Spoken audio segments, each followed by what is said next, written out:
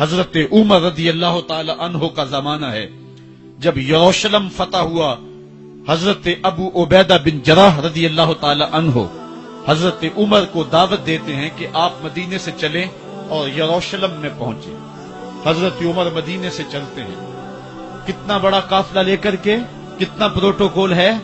حضرت عمر اکیلے اور ساتھ ایک غلام اور اونٹ بھی ایک, باری باری سوار ہوتے ہیں. کبھی غلام سوار ہوتا ہے, کبھی عمر سوار ہوتے ہیں. حکمران تو وہ تھے لوگوں کی دہلیز پہ امن دینے والے, لوگوں کی چوکھٹ پہ جو ہیں وہ نور بانٹنے والے.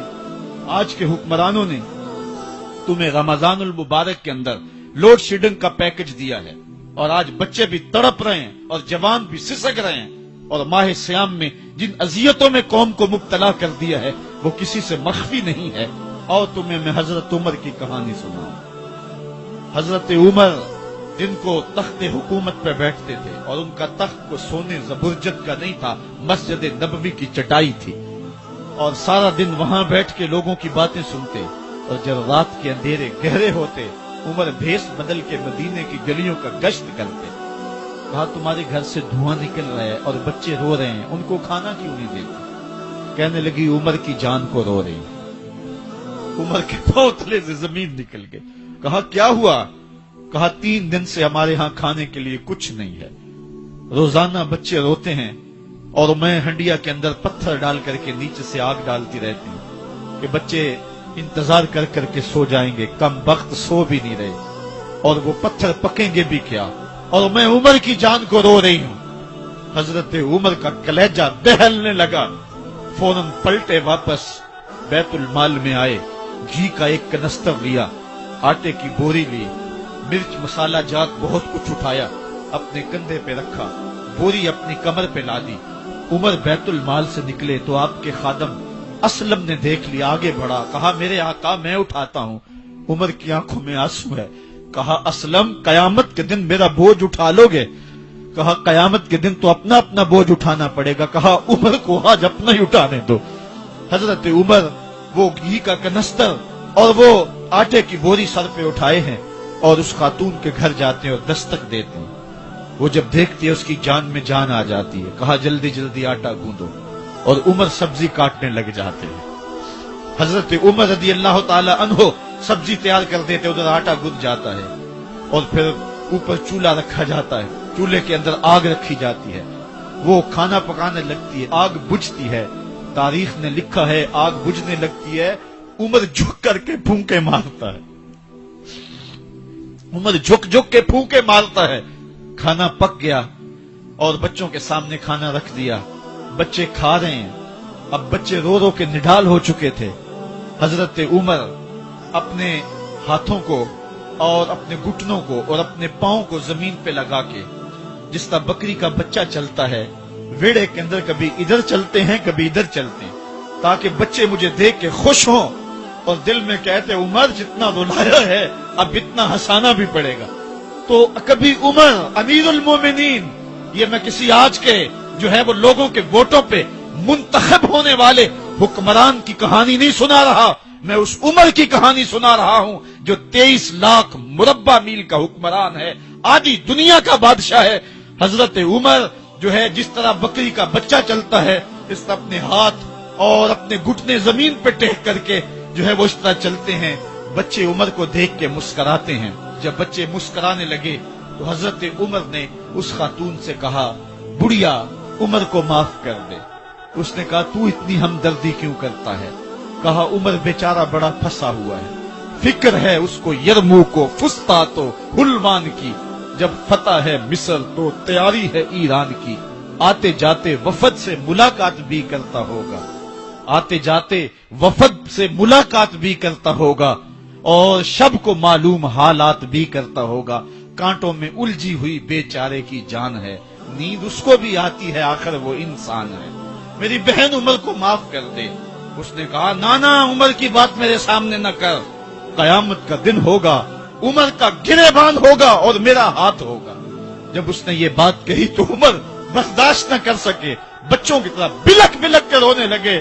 کہا وہ بد نصیب عمر تیرے سامنے ہے, آج ہی کہلا جو کہنا ہے, قیامت کے دن مجھے معاف رکھنا. اس نے کہا تو عمر ہے؟ کہا بد نصیب عمر تیرے سامنے کھڑا ہوں۔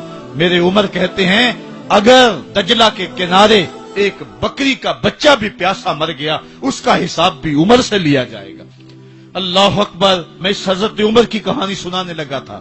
حضرت عمر نکلے یروشلم میں، ایک اونٹ ہے، ایک غلام ہے، کبھی وہ سوار ہوتا ہے، کبھی آپ باری مقرر کی ہے۔ جب قریب پہنچے یروشلم کے تو عمر کی باری نکیل پکڑنے کی اور غلام کی باری اوپر سوار ہونے کی آ گئی۔ غلام نے کہا آقا میں مرضی سے اپنی باری چھوڑتا ہوں، آپ آ جائیں، دشمنوں کے مفتوحہ علاقے میں آ رہے ہیں، تازہ تازہ علاقہ فتح ہوا ہے، اسلام کی شان و شوکت ظاہر ہو۔ عمر نے کہا اسلام کی شان و شوکت ایسے ظاہر نہیں ہوتی ہے، اپنی باری پہ تم بیٹھو گے، اپنی باری پہ میں بیٹھوں گا۔ لوگ منتظر کھڑے ہیں۔ دور سے جب دیکھا کہا اس کی ہیبت سے کانپتے تھے ہم، یہ تو کوئی حبشی لگتا ہے، رنگ کالا ہے، ہونٹ موٹے ہیں، اس سے تو زیادہ حسین اس کا غلام ہے جو آگے آگے چل رہا ہے۔ حضرت ابو عبیدہ نے کہا دھوکہ کھا رہے ہو، ہمارا آقا وہ نہیں ہے جو اونٹنی کے اوپر سوار ہے، ہمارا آقا وہ ہے جو لگام تھامے آگے آگے چل رہا ہے۔ حضرت عمر رضی اللہ تعالیٰ عنہ کو آگے بڑھ کے جابیہ کے مقام پہ حضرت ابو عبیدہ بن جراح نے استقبال کیا۔ تو حضرت عمر آگے بڑھے اور انہوں نے آگے بڑھ کر کے حضرت ابو عبیدہ کے دونوں کندھوں پہ ہاتھ رکھا، اور سنو حضرت عمر نے کیا کہا، کہا لا الہ الا اللہ انا کنا اذل قوم فاعزنا اللہ بالاسلام۔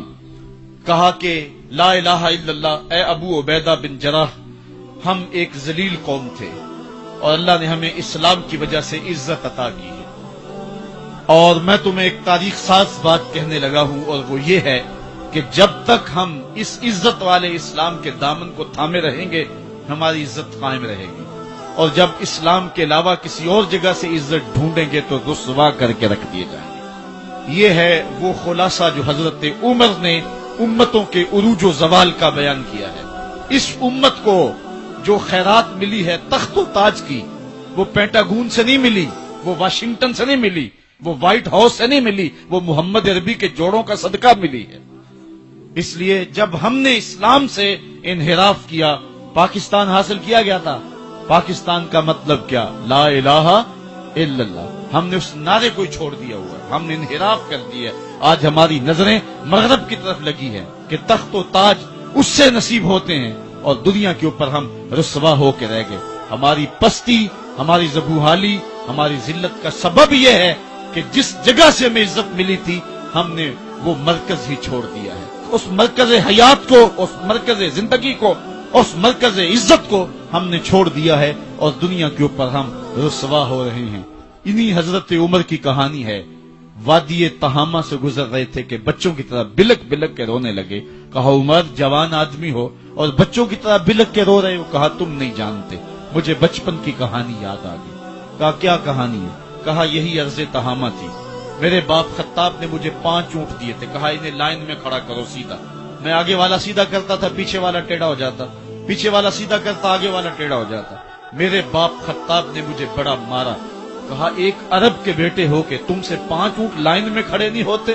کہا ایک زمانہ عمر پہ وہ تھا کہ اس سے 5 اونٹ لائن میں کھڑے نہیں ہوتے تھے، اور آج شرق سے لے کر غرب تک 23 لاکھ مربع میل کی حکمرانی اور انسان بھی لائن میں کھڑے ہیں۔ یہ محمد عربی کے جوڑوں کا صدقہ نہیں ہے تو اور کیا ہے؟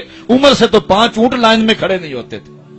تو یہ عزتیں، یہ تخت و تاج، یہ حکومتیں ہمیں حضور کی دہلیز سے ملی۔ جب ہم نے اس دہلیز کو چھوڑ دیا تو دنیا کے اوپر رسوا ہو گئے اور ذلیل کر کے رکھ دیے گئے۔ آفاق کے ہر ہر گوشے میں قرآن سنا کر دم لینا، اب رکنا نہیں، اب تھمنا نہیں، فردوس میں جا کر دم لینا۔